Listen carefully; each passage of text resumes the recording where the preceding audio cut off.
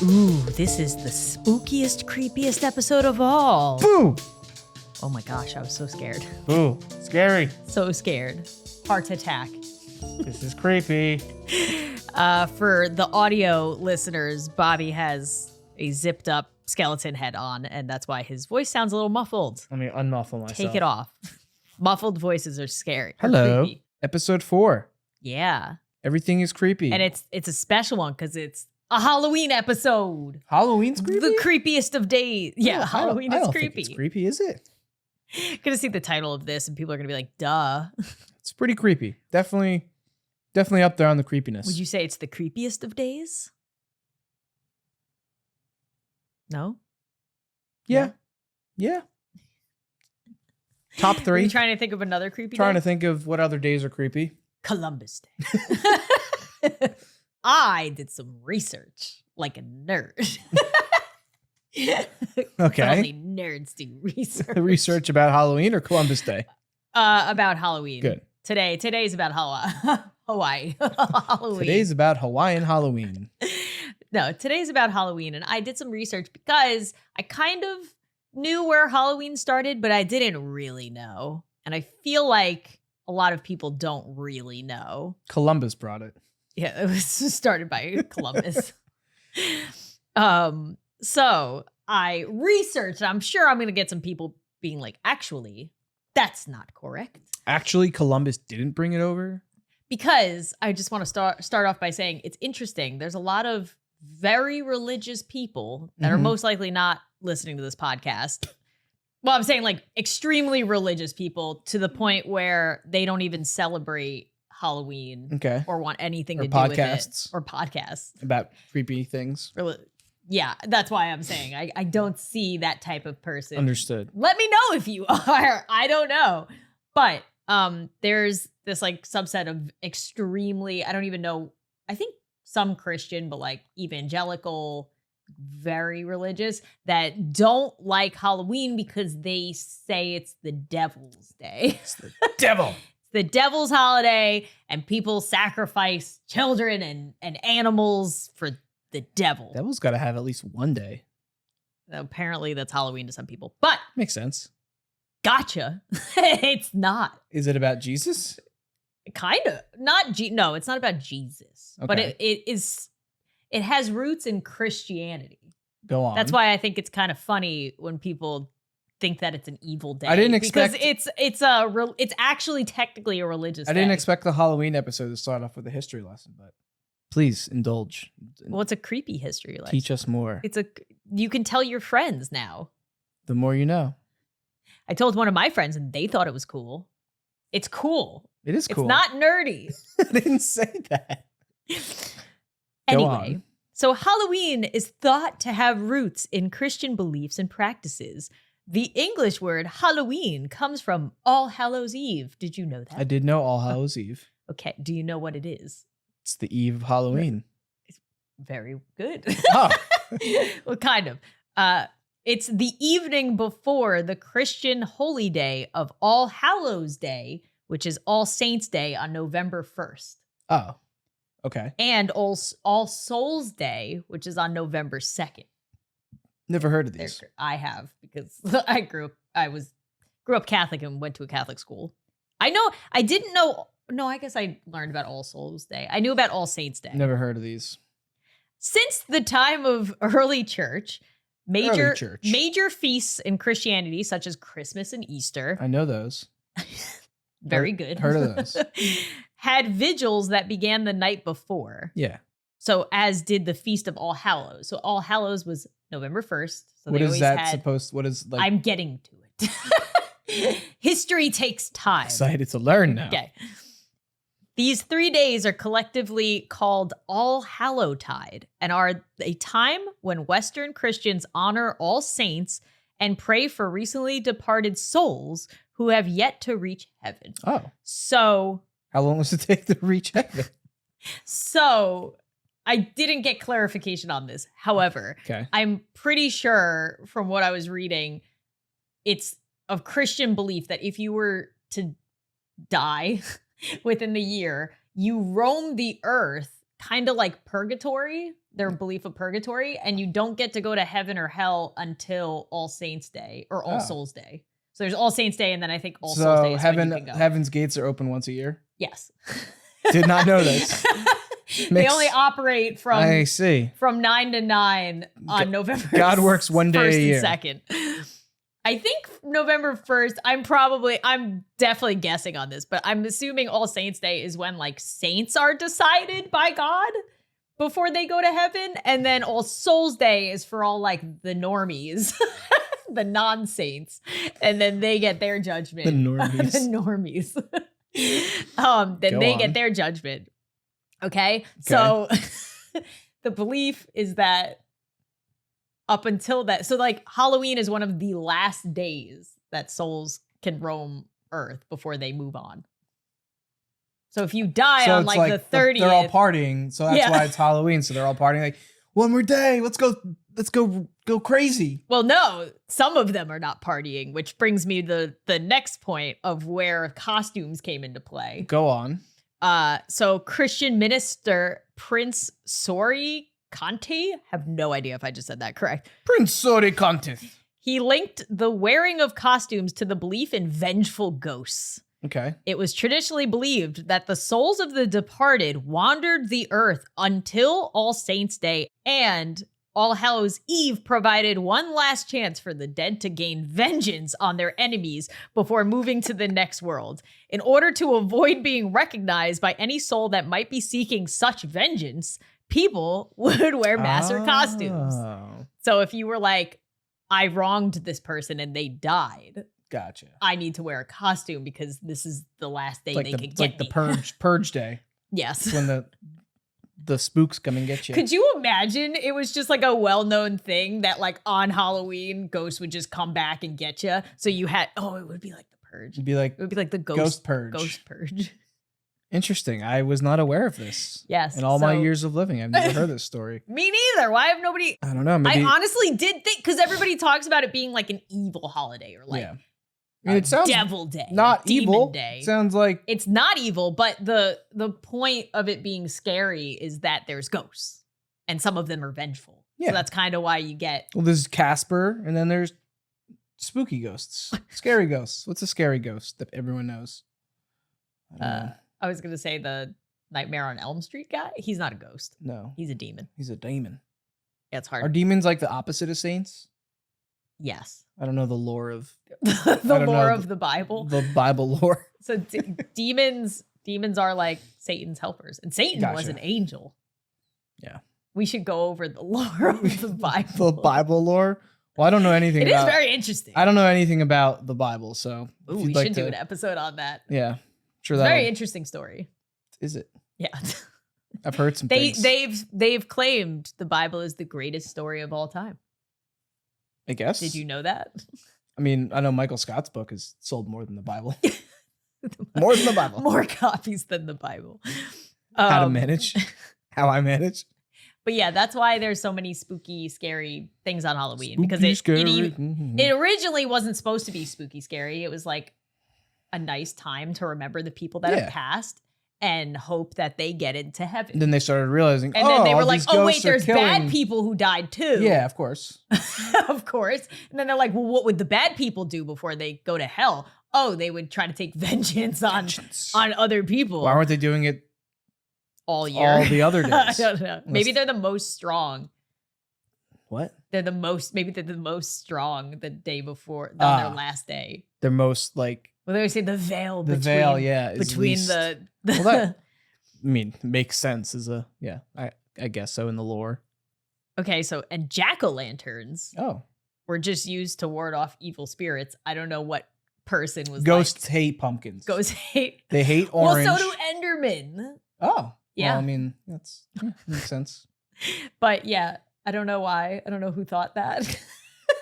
Very intelligent people. Maybe they made the pumpkins look scary. Maybe just that. Maybe one day the lore is that this farmer had a bunch of pumpkins and he just And it kind of saved stacked them Yep. outside of his house and nothing happened on All Hallows Eve. And He was like, "There's so many ghosts that are out to get me." Yeah, he knew. I He killed was lot a of bad people. farmer. I was a bad farmer. He poisoned his food or something. He used people as fertilizer. Oh, Oh. It's a Halloween episode. You got to make it creepy. spooky. And then trick or treating. Do you know where that came from? That's a little weirder. Why did trick or treating start? Yeah. Hershey started it to make more money. Ooh, conspiracy. Hershey wasn't around when it started. You don't know that.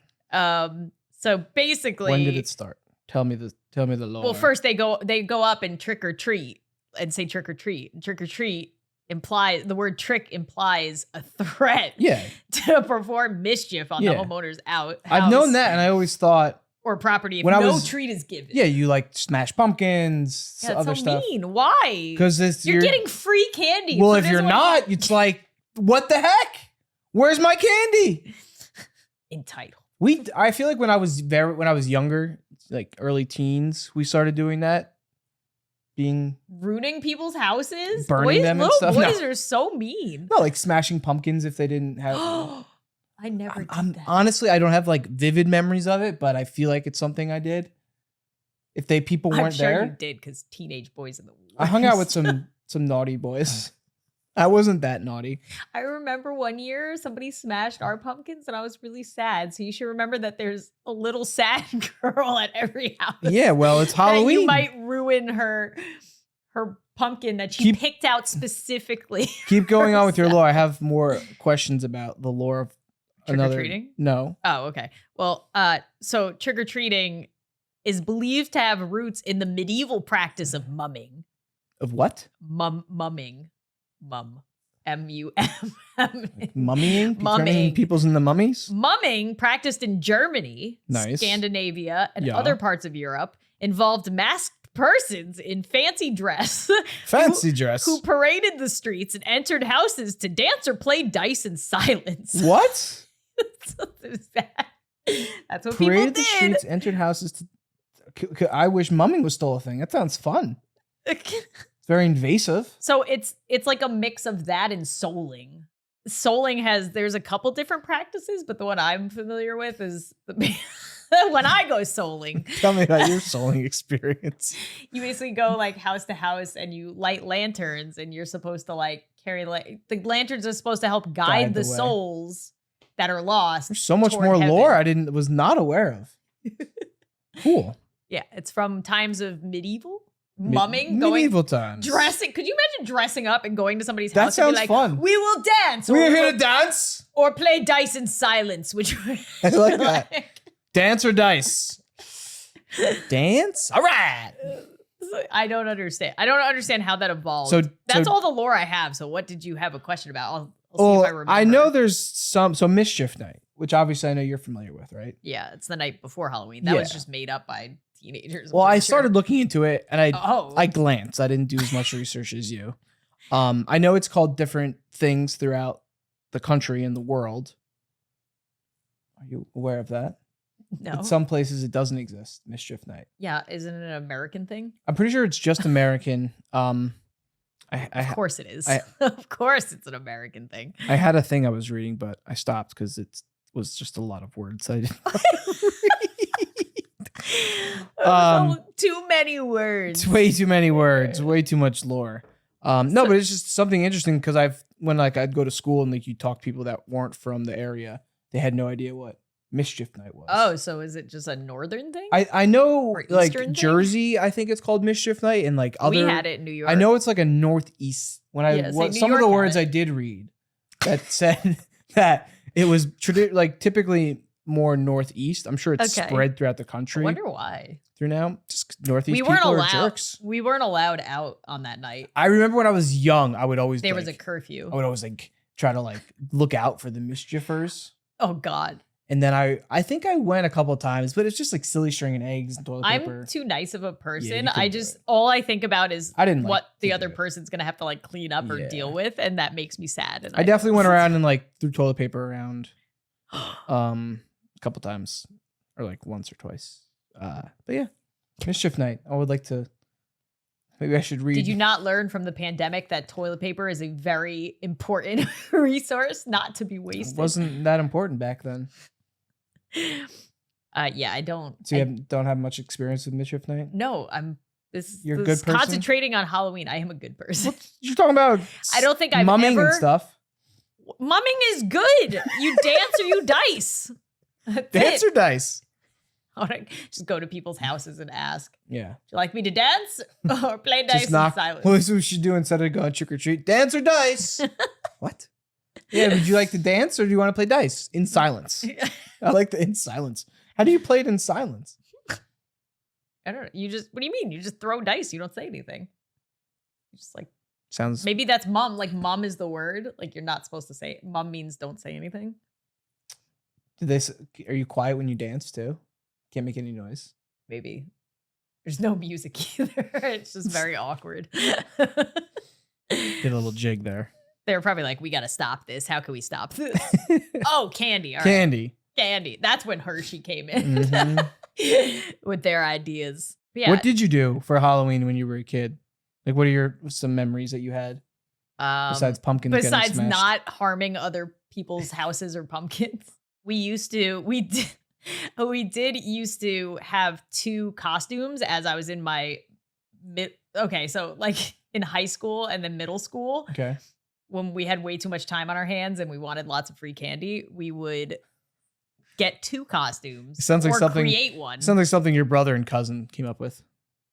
No, I think it was me and candy. my friends. Yeah, so we would do our whole neighborhood, and then our second costume would involve some sort of mask so that you couldn't tell that it was us again, and then we would do. So it would honestly pretty smart. Yeah, and we knew which houses had the best candy at that point, so we could go save scout time. it out, and then you go back and hit the ones that were worth it. Yeah, so that was one of our. Did you ever get caught? No. What'd you call it? Double. I didn't. We didn't have a name dipping? for it. Double dipping. That's cool. I like that. Yeah, so there's a little tidbit for you younger people. There you go. Just get 2 costumes or just a mask. Or just a mask, yeah. So you'd wear like a really like a So we'd have like our costume that we wanted that year, and then the second costume would be kind of the same thing every year. So you wouldn't wear your original costume? No.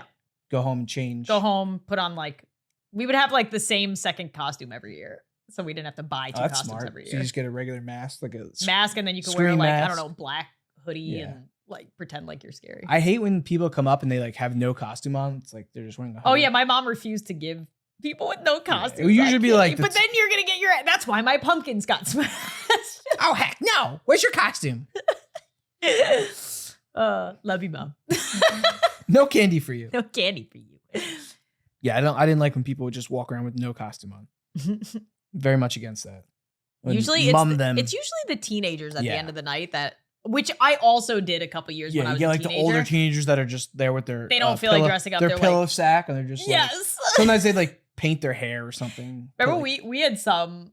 I was telling the story to one of our friends. We had teenagers that showed up, I think at like 9:30 at our old house. We just gave them a bunch of candy because we had like no trick-or-treaters that year. So they lucked out. At our last house, we were on a dead-end street, and I don't think the first year we were there, we bought a regular amount of candy, and we had like no one.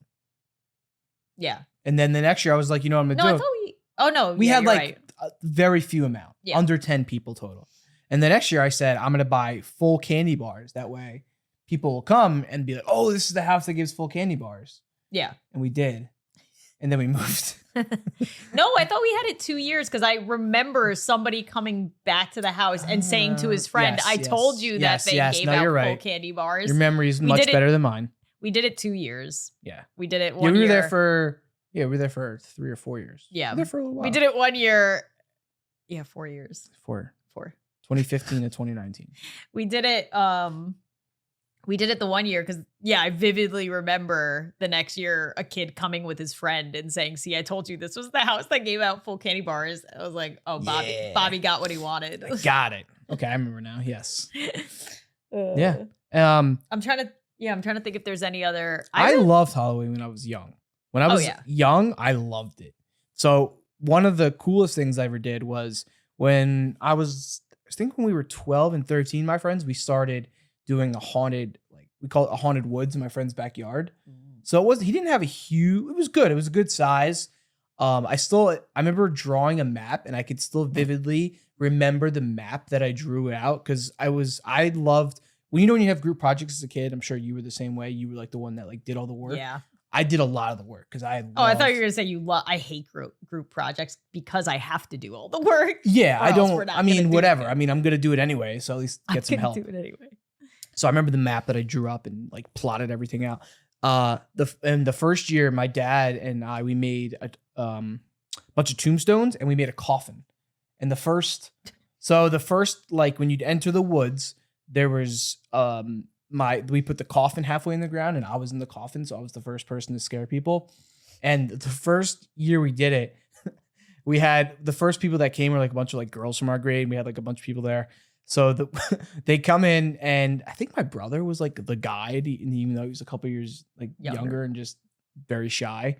I think he was doing it that year. So I can't remember who did it, but they come in and they're like telling him like stupid, like, oh, this is where blah, blah, blah died. And I would always wait till they would like just get past, and then I'd bust out of it, and they ran away screaming. And I just remember like running after them, yelling, and my friends say I was running after them saying, "Feel my wrath," or something like that.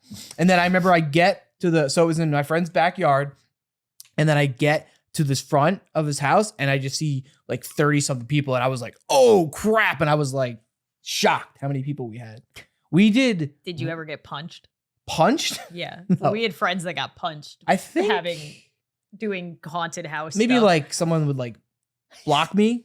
Hit me to block, but I don't recall I never got like punched. We had like a friend of ours that was a girl that got full on punched by a guy because she jumped out and scared him. Like in a haunted house. Oh, okay. Yeah, I mean, it's a day. That's why I never did it. I was always worried somebody was going to attack me. I wasn't aware of that. It was pretty cool. So it was like we started out there, and we had a lot like strobe lights and all the cool stuff. And we were young, 12, 13, 14 years old. Yeah. We did it for 2 years, and I'm pretty sure we did it in 2001, and we donated our money that we made to like a 9/11 fund or something like that. And I remember we had like $80 or something. We did. But you charged people to go in? We didn't charge people. We like had like a donation. Like, we asked. I think we had. Yeah, there's always that one house. We had one house that always did it. Yeah, we had a couple childhood around houses. Our neighborhood. And I remember for the longest time, every year I would go there and I would be too scared. And then there was one year I finally got peer pressured enough into doing it, and I got halfway. Yeah. And then I ran out. The ones at people's houses were always more scary than the ones at like a store or somewhere, like because they would just go all out with the spooks. All out with they didn't have like regulations. I don't know. Yeah, I don't know if there's any regulatory body who controls haunted houses. There might be nowadays. Yeah. I appreciate the people who take the time to do. I remember watching just for fun a documentary about there's this place that like it's a pretty big thing that people do haunted houses for. Watch month. it for you. You watch it, right? Watch it for you. Watch it for me. Watch it for you. And you have to sign like a waiver or something to go in. Those are like the extreme ones where they can touch you. And I do you remember we were looking into doing one in New York City once, and we read the disclaimer. We read the disclaimer, and it says you have to walk in a single line, and each room, and you might be separated. And I was like, no, I am not going. Especially if I'm going to be separated. But that was one of those ones. You had to sign a waiver. It was like a professional. I think they had actors and actresses doing it. I would go if a bunch of my friends were trying to go out, but I would never just. No, I don't think. I think I'm over that. Rally people to go. Well, did I tell you the one time we went to the Terror Dome? Dome. I don't even know if that's still around. I think it might. If it's still around, shout out to the Terror Dome. But I went one time. What is the Terror Dome? Terror Dome. Is it still around? I gotta. Temporarily closed. Okay. That's in Newburgh. But we used to. If you live in the Newburgh area, there's a Terror Dome. It's called, and you park and then you get on this bus. It was pretty impressive. You get on this bus with a crazed bus driver. He's just like, I'm going to take you out of the woods. Like, And then you literally go off-roading in this like big school bus. I don't know if they still do that. I don't know how safe it was. No seatbelts, just bouncing around the whole bus while you're going around. And then they drive you from the parking lot into this like wooded area. And then there's all different. Oh, I think I've heard of this. There's all different stations. Yeah. I've heard of this. I remember at one point we saw like the Ring Girl walk by, and am traumatized from that movie because I saw it way too young, and it still I still hate it. I That's can't. A good one. Yeah, and that'll stick. I was telling my friends that I was with, I'll do anything, but I don't want to be anywhere near that girl. And she must have heard me because we got into, it was pretty cool. It was like a big theater. They showed scary movies and they showed like small clips of scary movies. And then that scary movie character would come out. That's cool. Like during the clips of the scary movie. And of course they play the one with the ring girl. And each time the scary movie person would come up to somebody in the audience. Yeah. And she specifically got out of the TV thing and then slowly walked to me and put her hair over my face. And my friends are dying laughing because they know I'm like, it's so traumatic. And then, so I vividly remember that. I like my favorite, but is The Grudge. Like, oh yeah, I think she was there too. She was there. It was just that stuck with me. Is The creepy. Grudge. I don't know, the sound just got to me. The ring girl just walked towards you creepily. I don't know why it freaked. I don't know why that movie freaked me out so much. Yeah, she slowly walked to you. She's at perfect knee height. And then I remember there was one area we had to sign a waiver to go in, so not everybody was doing it, but it was basically, I'll never forget it. You go through this haunted house, and then you get to this. They kind of like recreated a scary movie, so you could feel like you were in a horror movie. Cool. And they basically closed the door. There was like a guy with a chainsaw that was standing behind this door, and he closes the door when you're like in this gated labyrinth. Mm-hmm. It's like gates on both sides, so you can't go anywhere. And he closes the door, and you're in the middle of this, and you just all turn around, and you see this guy with a chainsaw going like this, and then he just starts running at you. You have to run away. It was so scary. Like in your brain, you're like, this isn't real. This isn't real, but there's a chainsaw. But, oh, God. I have fond memories, and I can still not smell it, but remember the smell of like gasoline from the chainsaws. Oh, God. Because that was such a big thing at some of the haunted houses that we would go to. It's just people with, they'd obviously take the chains off. But that was such a cool, creepy thing. And I both loved and hated it. I loved it. It was awesome. I was really, really into it. And then, I don't know, it just kind of... Throughout the years, I guess you just watch the Terror Dome reach out and be like, "You want to come for free?" Come? Like, I'll give you guys a private experience. Pretty sure I'll have a heart attack now. I'll go by myself. I'll go. I'll wear the camera like the guy does on my face. Yeah, that would be pretty funny if you had to wear a camera through the whole thing. That'd be pretty awesome. I like it. I like scary movies because I get to comfortably watch them. Maybe I don't love scary. I like scary movies. You don't like scary movies. I do, but I think because my imagination is so crazy to begin with, I think it just amps it up a lot. I like being in the experience of it. I enjoy. We pick a scary movie like every year to watch. Yeah, well, we watch a bunch. We got to pick some. What's your favorite scary movie? My favorite is the Scream series, which is funny because it's not really scary. I mean, that's probably why that was my baby scary movie. Jump scary. I like Saw. I like movies that have like Scream. I liked because it was comedy. It was like dark humor, but also kind of scary. And then I liked Saw because I thought the story was phenomenal, at least for the first like movie or two. And then they kind of went crazy. But I'm trying to think what my favorites are. I just remember when I was young watching the typical like Friday the 13th and stuff. And see, I never really got into those. I liked those. They were cool. I didn't watch much Halloween. Didn't really watch. I don't think I've ever watched Nightmare on Elm Street. Maybe we should watch that. Yeah, Johnny Depp's in it. Well, that was like, those are the ones for, Chucky. I never really watched. I think I've seen Chucky before. All the typical. Yeah. Which is funny because up on this shelf, I have the Scream doll or Funko and the Saw one. Saw was good. Saw was different. The first Saw movie blew my mind. I liked the Michael so Myers. I enjoyed that. And you liked Insidious was one you really liked. I remember Insidious. That was cool. That was good. Insidious. Yeah, I enjoy the Paranormal Activity. That was another one. Yeah, that's definitely so as you can tell, I definitely I like different scary movies. I don't like. I like / hate the more demonic ones because they feel almost real in a way. That was Paranormal Activity. Yeah. The other two were more serial killer based. Insidious was demonic. Yeah. I like those because they're not just your typical like, oh, there's a killer that can easily be killed kind of thing. They're like See, and I'm the opposite. I like more real life based ones. I like the more fantasy ones. Paranormal Activity felt real, but it wasn't. Hey, Bobby, you know what's really creepy? What? Being really busy and not knowing what to make to eat. So being hungry. Yes. Being hungry is very creepy. Or being indecisive about what to eat. You have to decide. You have to get the ingredients. And sometimes you don't have the ingredients, and then it just all falls apart. And you order fast food and you feel like crap. Yes. So what's the solution? Our sponsor for today's podcast, HelloFresh. Oh, HelloFresh. Do you have a packed fall schedule like we do? Yep. Yeah, we're really busy, actually. I'm kind of nervous about it. But one less thing we have to worry about is what we're eating each week. Thanks to HelloFresh's quick and easy meals, like their 20-minute recipes or low prep and easy cleanup options, which I like. Changing seasons means changing tastes. And with over 30 weekly recipes to choose from, HelloFresh has something for everyone. Easily customize your meals by swapping proteins and sides, upgrading to choice proteins, or adding proteins to a veggie meal. I really enjoy getting the meals. It kind of feels like you have this little kit that you have to make and follow the instructions.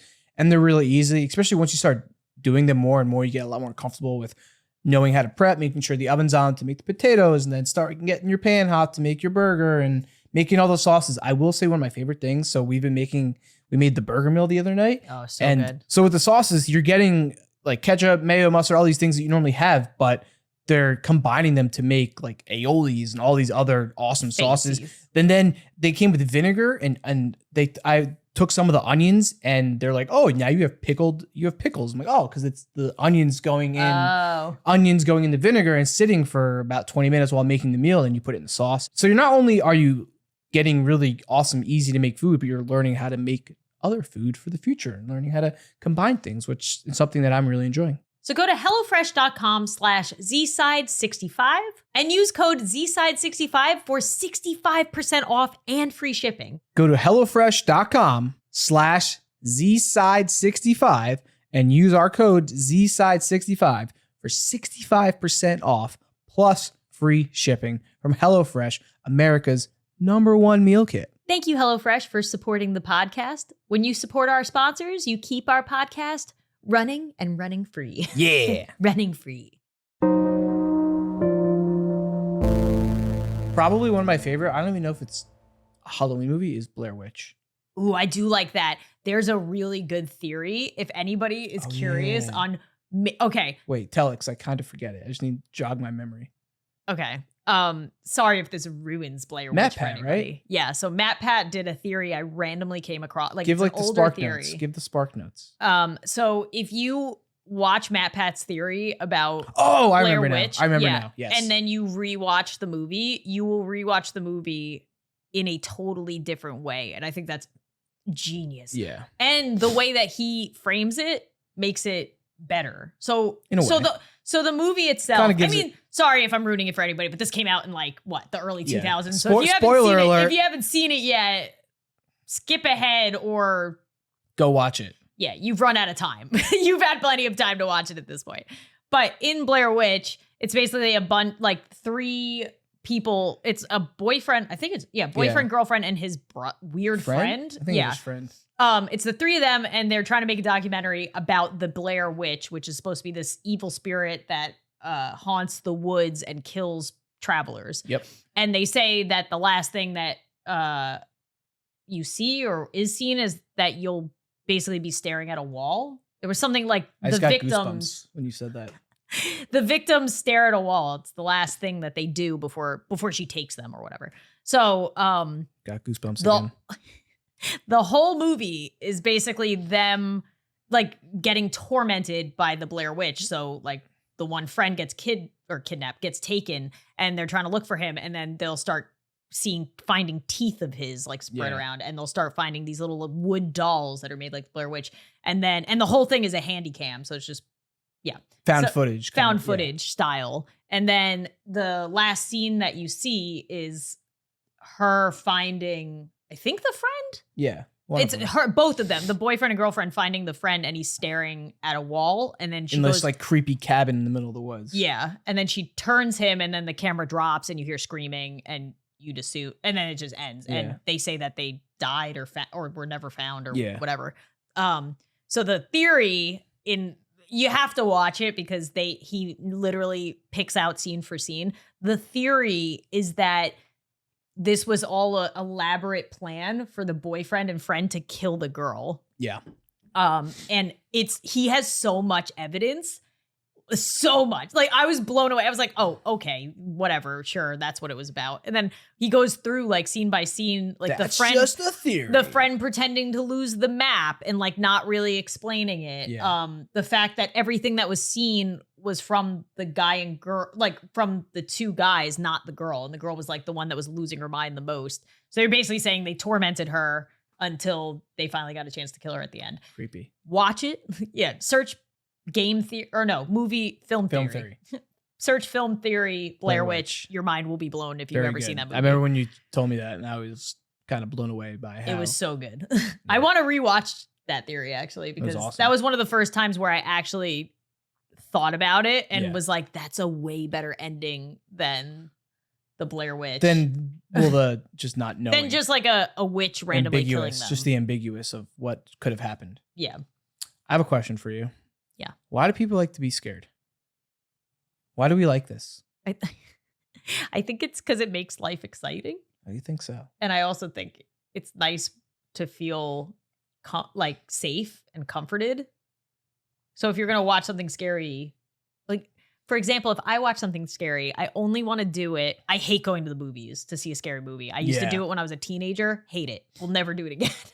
But I like watching it at home because I get to snuggle up on the couch with a blanket and I can put the blanket over my eyes if I want. And I could have a hot cocoa or tea and like my favorite snack. And there's this like back and forth feeling of feeling terrified, but then also comforted at the same time. That's nice. However, I will say once you go to bed at night, then it's just a terrible left decision. With your thoughts. I'll never forget when we saw Paranormal Activity when I was in college. And at the time I was like, that movie was so good. It was so scary. Like, I loved it. And then I got back to my dorm room and went to sleep and was just sitting there. Yeah, you couldn't fall thinking about it. Waiting for someone to be staring over Meanwhile, your my roommate used to talk in her sleep and also sit up in her sleep. So it was exactly what was in the movie. So that also made it 10 times worse. Do I talk in my sleep still? Not as much. That's weird. Maybe it's from your surgery. Maybe your deviated septum getting fixed. I can breathe better. I still don't breathe well at night. We should end on a happy note before going into like my really creepy stories. But they're pretty dark. But what was your favorite costumes that you can remember making? I remember me and you. Some of ours we did Justin Bieber and Lady Gaga. That was cool. We did Team Rocket. Tell yours. Let me try and jog my memory of some of the costumes I've had. It's kind of dumb, but all right. So in college, I was Towley from South Park. Oh God. And I just did it really well. Like I made like cardboard, like a box cardboard shoulder pads essentially, and then took 2 blue towels and did it. And I really liked that. I thought everyone loved it. What sucked about it was because I had those cardboard shoulder pads and you'd go to college parties where it's crowded and in basements, I was like hard to move around. But I did like the costume a lot. I wish, Mom, if you're listening right now, I wish you were here to ask what my costumes were because I feel like I forget a lot of my childhood costumes. I think one year we were dressed as M&Ms, which is an interesting costume. I'm pretty sure we have pictures. I was also a wizard, I think, one time. None of these are my favorites. When I was young, they just must have been things I liked. When I was young, I remember this. I would like 4 or 5. I was a witch. And I said I was a man witch, like the same witch. See, your costumes were way more interesting. That I was just like, but I was just a witch. I was like, "Ooh, this wizard is purple. I want to be that." "Ooh, M&M. I want M&Ms. I'm gonna be one of those." I remember I had this I might still have it. It was this really creepy, like skeletal demon mask that looked really cool. I liked that mask a lot. These are one of my favorite costumes. This has been really nice. So we have the Tipsy Elves. They make the onesies. And I just like it's super comfortable. There's not many components. It's just this. Yeah. And then if you want to have a mask up, we used to use these when we did give out candy at our old house because I didn't want to get recognized and then find out where I live. So I used to try and give out candy with the mask on. But yeah, this is one of my favorites. I think it's you have to be careful with your costume or not careful, but you have to think, especially if you're going to a party, you don't want to wear something that's hard to wear. Yeah. You know what I mean? It's you have to put a lot of thought, because I think a lot of people see really cool costumes and they don't think about, I have a mask on, and how am I going to go to a party with a mask on? Yeah, I never wore masks. Yeah, I definitely have had masks and like, oh, this sucks. And you take it off and then your costume's ruined. Yeah, then nobody knows what you are. It's best to have a costume that is easy to wear, isn't big. Remember, those like inflatable ones? Yeah. I had one of those my freshman year. It was a guy like riding an ostrich. It was really those dumb. Are the worst. It was hilarious, but very impractical. So you have to find the best costumes are the most practical, simple ones. But like this one. Yeah, this is great. There's nothing wrong with it. We're wearing it's a skeleton onesie.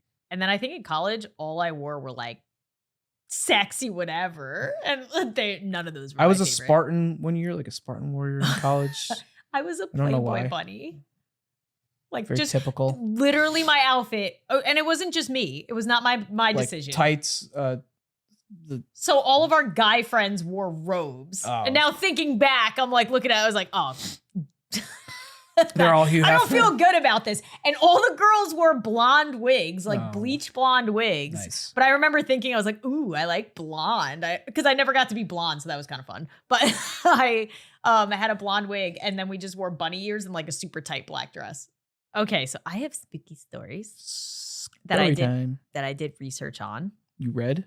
I read more. I did more research. I don't like to read. So this first story I've told a couple people, because I always get not a kick out of what they think. You haven't told me this, right? I think I did a while ago, but not in this much detail. Okay. And I mentioned this to our friend James, and he said that he had heard about this story. But usually when I tell people, they don't know about it. On October 31st, 1974, a man named Ronald Clark O'Brien took his 2 children trick-or-treating in a Pasadena, Texas neighborhood. Also, I just want to give a trigger warning. This, not to ruin the story, but this does involve child endangerment. I feel like when I listen to murder mystery podcasts, they always say that. So I'm like, cool. Should just be a trigger warning for a whole podcast. Yeah. Every time we do the scary story part, I just be like, this is a trigger warning. We are about to talk about something not good. I want to get into that more. Trigger warnings. Trigger warnings? If you know what someone's going to talk about. You don't always know. I understand that. But if you do. Like our last episode was pretty tame. But if someone is prefacing, I'm going to talk about this. I understand. It's a very dark story. But that's all you need to know. You're watching our podcast, which is called Everything is Creepy. This one's called Halloween is Creepy. And we're talking about creepy stuff. If you are triggered by things that are scary or spooky, and then we don't give you a trigger warning, why are we to blame? Like, you know what we're going to talk about. It's not so much about scary things. It's about like the actual subject matter. I guess, you know what? It's probably more so about like, subject matter, more things that you aren't expecting. Yes. All right. I'm making sense of it out loud. All right, go on. Sorry. Like they might be expecting a scary story, but maybe not one with child endangerment, which is like something some people can't even hear about. It's just something I don't get when you know what someone's going to talk about and they say, oh, this story is about this, even though you know that. That's why I'm letting them know. So it's a trigger warning. I'm letting people Life know. is a trigger warning. Get ready. Oh my God. O'Brien's neighbor and his 2 children accompanied them. So they all went trick-or-treating. After visiting a home where the occupant failed to answer the door, the children grew impatient and ran ahead to the next home while O'Brien stayed behind. The dad. Ronald. He eventually caught up with the group and produced 5 21-inch pixie sticks. I don't know why the length is important. Oh, like one of those really, really big ones. Yeah. Which he would later claim he was given from the occupant of the house that had no answer at the door. At the end of the evening, O'Brien gave each of his neighbor's two children a pixie stick, and one each to Timothy and Elizabeth, his two children. So 2 sticks went to his kids, 2 sticks went to his neighbor's kids. Upon returning home, O'Brien gave the 5th pixie stick to a 10-year-old boy whom he recognized from his church. Before bed, Timothy asked to eat some of the candy he collected, and according to Ronald, he chose the pixie stick. After tasting the candy, Timothy complained that it tasted bitter. O'Brien then gave his son Kool-Aid to wash away the taste. Timothy immediately began to complain that his stomach hurt and ran to the bathroom where he began vomiting and convulsing. O'Brien later claimed he held Timothy while he vomited and the child went limp in his arms. Timothy died en route to the hospital less than an hour after consuming the candy. This is a true story? Yes. Damn.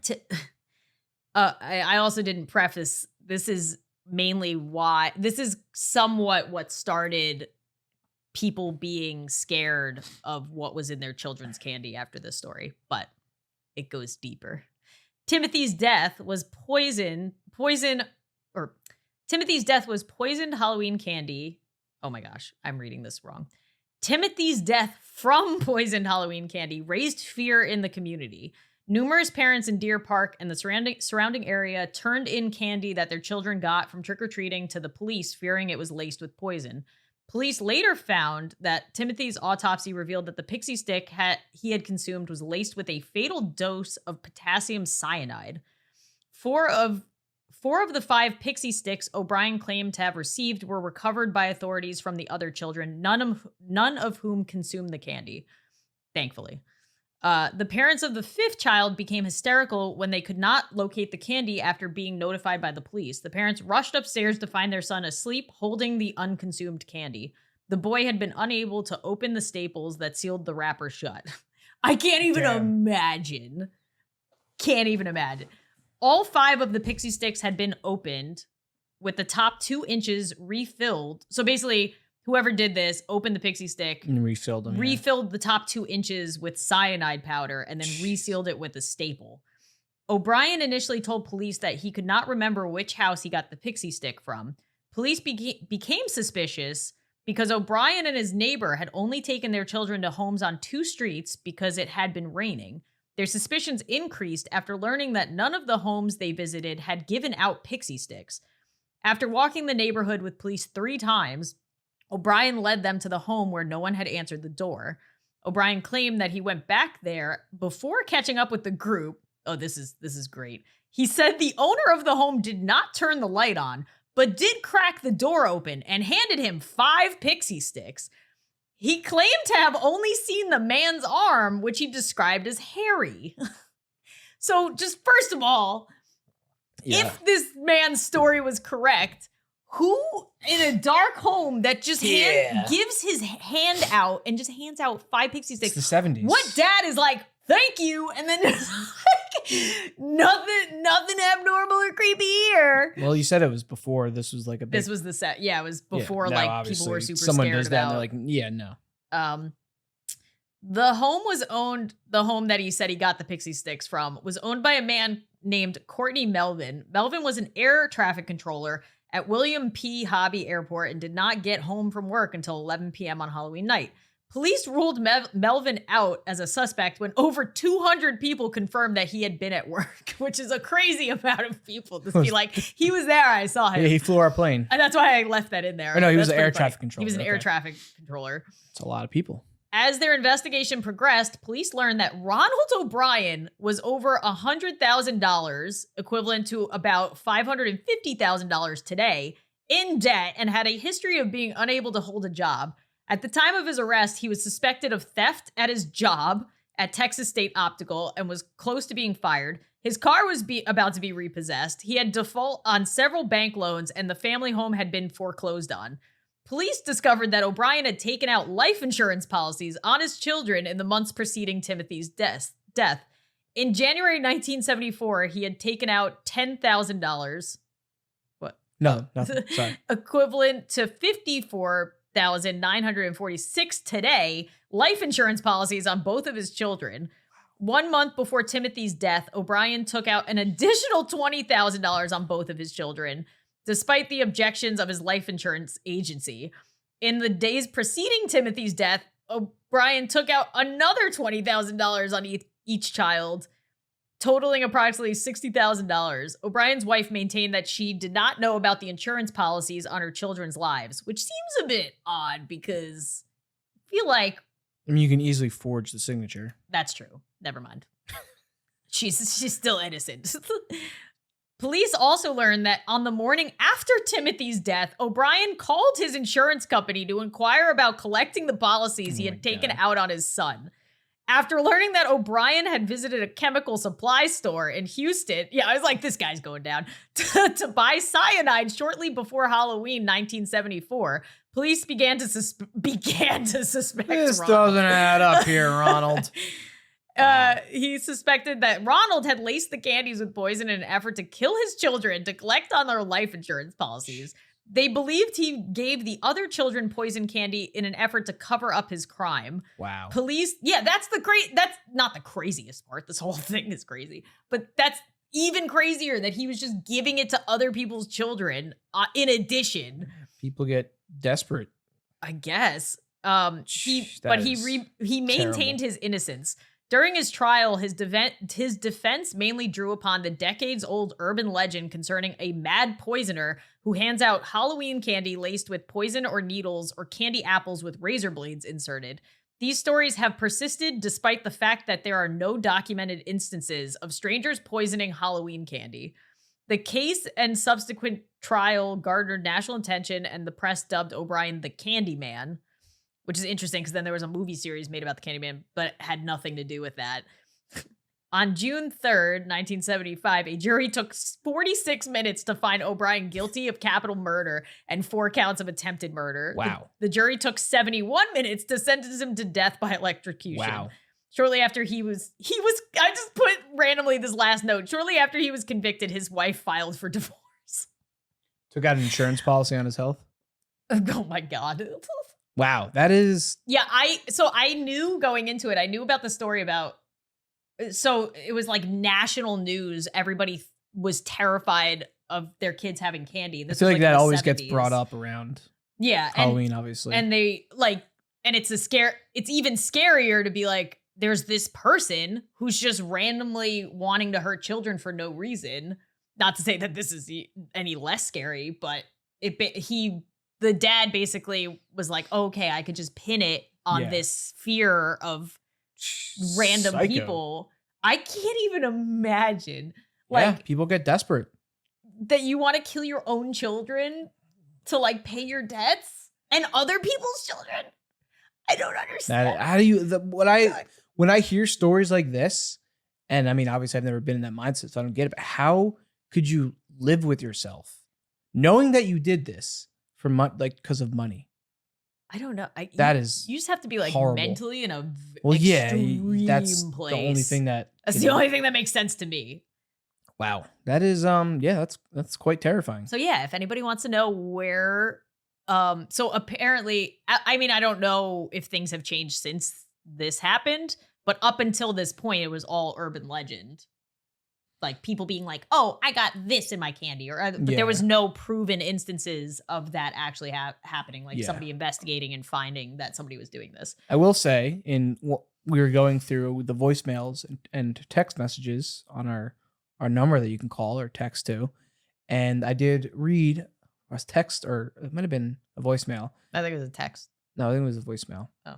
That someone said that their brother had eaten a candy apple with a razor blade in it. Well, then I also got a text. Oh. So apparently it's an epidemic going on that there's apples with razor blades. But I've never... I need to know. I still don't... It's hard to... It's just hard to believe. I would have heard about it. Yeah. I mean, people can say that. Oh, it says, razor blades and Halloween candy, history of the myth that never was. Okay, but so either the people that are just texting or calling in just, made up stories, which is whatever. But I mean, there's common sense with if a stranger gives you something that looks like they wrapped it or made it. That was the thing, is sometimes people make like the popcorn balls, those. Oh, yeah. It is I mean, still, I know my parents checked our candy. My mom was very good about checking to make sure our candy was not at all tampered with. I'm sure and I'm also probably going to do the same. Yeah, I do. I mean, I know we've always. Or you know what people used to do? I remember. I don't know if she ever did it. I'll have to ask her. But I know some people used to take the candy at the end of the night and throw it out, and then put just candy that they bought from the store in place of it, especially if your kid's too young to know. Yeah. Which is also kind of smart. That's it's smart. like you don't even have to worry about. It's a lot of waste, but it's weird. That's just a weird thing. Yeah. Everything about it. Yeah. Huh. And it's not to say that there aren't terrible people in the world that would do that. I just haven't heard like an actual proven story besides this one of like a stranger just doing it. Yeah, but that was not, I mean. This wasn't a stranger. This was somebody with a motive that was. Yeah, it wasn't just a random, because you think like why, but why would people like just randomly try to harm just strangers? But yeah. I mean, it's weird when you find, I will say this is one creepy thing I've come to terms with. It's weird when you find comfort in the fact that somebody did something to somebody they know. Like in this instance, if you were a parent during this time and you're like, oh my gosh, I have to go like there's somebody in our neighborhood who wants to hurt our children. And then you're like, oh no, it was like the kid's father. Yeah, it wasn't random. And he was doing it for money. It's not random. It like takes that random makes no sense. Exactly. Whereas somebody with a motive makes sense. Yeah, it makes sense in your head. Random is scarier. That's why like serial killers are scarier. Because it's just random. It's just random. It could be anybody. Even though technically anybody could, even if you know them, like you think you know them, they could still want to do something bad to you. Yeah, well, aren't like most kidnappings for like when kids get kidnapped, it's usually most kidnappings, murders, anything bad is from somebody you know. Yeah, within the family. The vast majority. It's like a very small minority where it's random. Like somebody just randomly kidnapped somebody or killed somebody or. Well, that was a fun path to go down. What's next? Sure it gets worse from here. A little bit. Trigger warning. A little bit. I feel like that one was worse because it dealt with children. Yeah. But it's also a very important Halloween story because it has to do with Halloween candy and stuff. But it's not. Check your but candy. It's a myth. Well, apparently, yes. But people could capitalize off it. You don't know.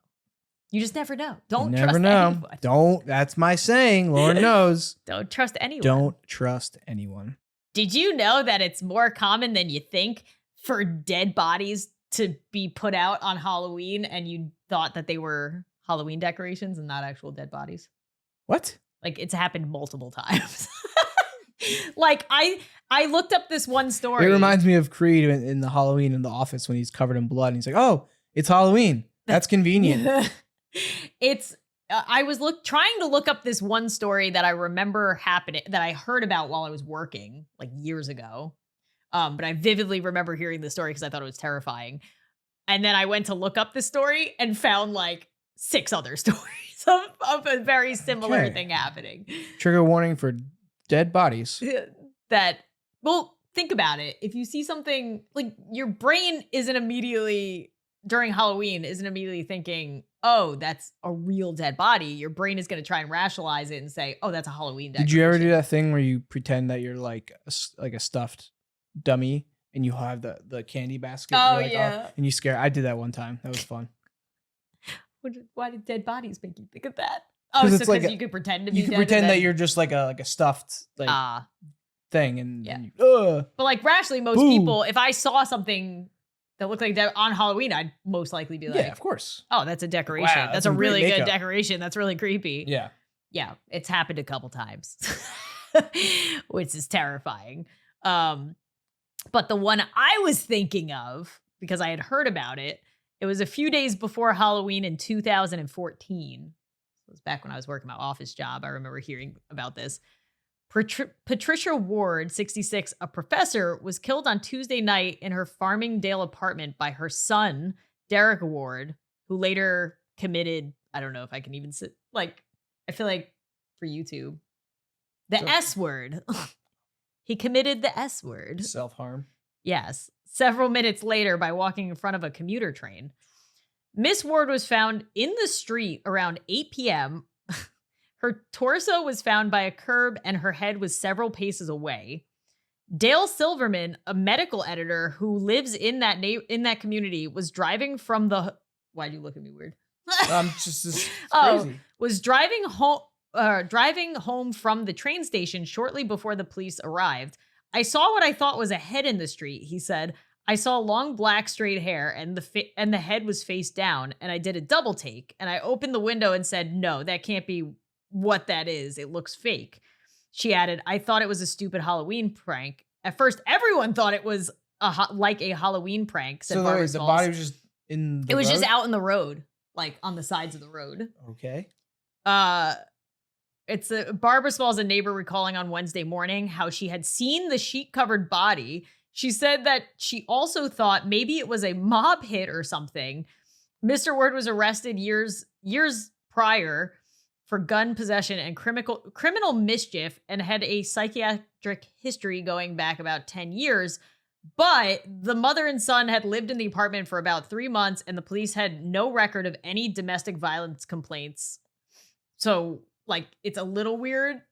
I mean, like, I'm sure he was a messed up person to do that. Like, something was going on with him, but it's weird that, like, there was no signs of anything going wrong. Well, I'm sure there was. They probably just did not report any sounds of arguing between the 2 hours before the killing. He said, this just doesn't, I love this quote whenever something happens in a neighborhood. This just doesn't happen here. This is a very nice neighborhood. People are very friendly. Yeah, that's such a. I feel like every time they interview somebody from somewhere where something happened, they're just like, I just can't believe it would happen here. Well, believe it. Yeah, it happens anywhere. That's like. Do you know everyone in your town or neighborhood? No. That's like when I used. Or even if you think you know them. I'm very anal about making sure all the doors and windows are locked wherever I am, and I go to so many of my sister and brother-in-law's community or my mom's community. When she first moved there, they're like, every time I would do it, they're like, don't worry, this is a safe community. And I'm always like, that's what they all say. DTA, Lauren. That's what they all say on the news. Anyone. That's where it happens. They get you. Yeah, why not lock your doors? Why? Yeah, I don't understand. It takes you 2 seconds. Yeah, I don't understand. Why would you just be like, oh, nothing's going to happen? It's why would you be like, oh, just in case someone wants to come in. Let them come in. It's like, I don't want to turn the lock. The other thing that they'll say is, well, if they want to get in, they'll find a way in. I'm like, yeah, why but at least would you'll be more easy? Alarmed to them breaking in. Yeah. Also, whenever not just, oh, it's open. Also, lesson I have learned from the Murder Mystery podcast: if somebody just opens your door and walks into your house, it is much harder for the police to verify who went into your house and murdered you. So, if you want. Like, if somebody breaks into your house, there's a lot more evidence that police can find to track down the person. Whereas if they just walk through the door, most likely they're going to be like, oh, it might be somebody who lives here, or the door was unlocked and we don't have fingerprints. We have no idea what happened. So yeah, lock your doors. Lock your doors. Hide your kids. Hide your wife. It's Halloween. It's Halloween time. Do we want to go through okay, so 2 things to note for the phone number. I don't know. A lot of people were complaining they can't use it if they're UK based. I have to look into that. It is not a normal phone number. It's just a digital one. So I'm not saying that you're wrong. That could be the case. So I have to look into that, but maybe they just don't know how to like properly, because you have to add more numbers usually. Oh, maybe. So Google it. I don't know. So we'll look into that. But the other thing is I specifically asked for Halloween related stories. So stories that happened around Halloween are about Halloween. Yeah. Cause we got a theme here, people. I listened through them, pretty much all of the voicemails, and all of them had the same theme of people seeing things that weren't there, or like seeing something and then it goes away. Yeah. Or like seeing ghosts, which are, there was a couple spooky ones, but none really with the theme. So we will hang on to your stories if you left one. The voicemail box. Also, they can only be 3 minutes long. So try to be a little quick when you're saying your story, and make sure you say your name. Yeah. Oh yeah, your name. You don't have to say where you're from. Just say your name and your first name. Try to be concise with your stories. So just some notes for next time. Yeah. In order to go through the voicemails, we are using like search keywords. So if your story has absolutely nothing to do with Halloween, it won't even come up when we're searching for stories for each episode. So we're going to hang on to some of your stories that you left. And if one of your stories has a keyword in it of something we're talking about, like maybe you had a scary story about your dog, when we go to search dog stories, yours will still come up. So don't worry, like they're not just gone forever and we're never going to use them. We will be constantly searching through it each episode. But just if you want to be in a specific episode that I talk about, you have to talk about that. You have to have a story that has to do with that theme, or else you got to wait for one that you have a story for. So I did go through the texts, and there was a lot, and there was 2 that were nice and short and creepy that I thought I'd like to read. So I don't. Nope, no one left their name. So if you're texting as well, you know, if you want your name read, you can put your name in. Anyway, so this one says, "For Halloween is creepy," which good. You talking about Halloween is creepy. One time, since it was around Halloween, I decided to play around with one of the ghost detector apps, the videos that we made. We did. I thought using it at my grandma's house would be best because it's old and pretty big, so I had plenty of space to walk around. 2 of the ghosts that popped up had the same name as my great-grandparents who died decades ago and also happened to live in that house.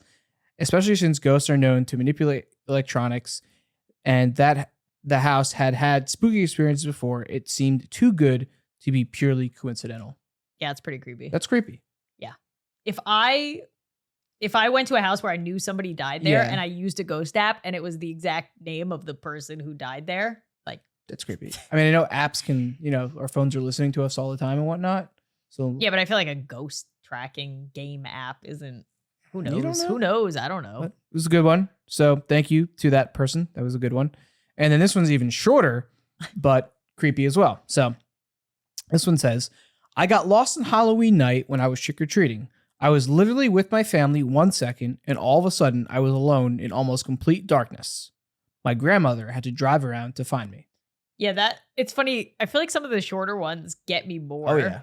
Because it's like, what happened? Isn't there like a thing like one sentence? Or yeah, like, there's one sentence scary stories. Yeah, maybe I'll do that. That one felt like one of those. But yeah, that one was a creepy one because even if it's completely made up, which it could be, that is pretty freaky. You know, one of the short scary stories that has stuck with me, the one sentence scary stories that has stuck with me. Have I told you this one? Maybe. "You're the last person on earth when suddenly there's a knock at the door." Oh, yeah. Every time I hear that, I just get chills, even though, like, but I told somebody else that and they were like, "Well, what if it's another person?" I'm like, "You're not playing the game, right?" You know, like, just, you know, you are the last human being on earth and there's a knock at the door. Yeah, that is terrifying. What is it?